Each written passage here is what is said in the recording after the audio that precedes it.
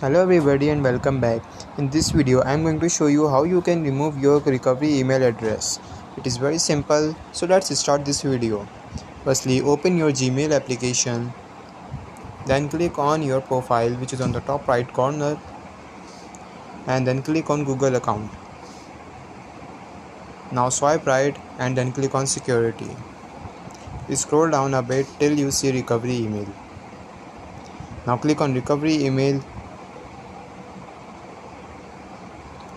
Wait for a few seconds and then it will ask for your screen lock. After giving your screen lock, you have to wait for a few seconds and then you have to remove this email and then click on save. Your recovery email will be removed. I hope this video will help you. If so, please consider in liking this video and subscribe this channel.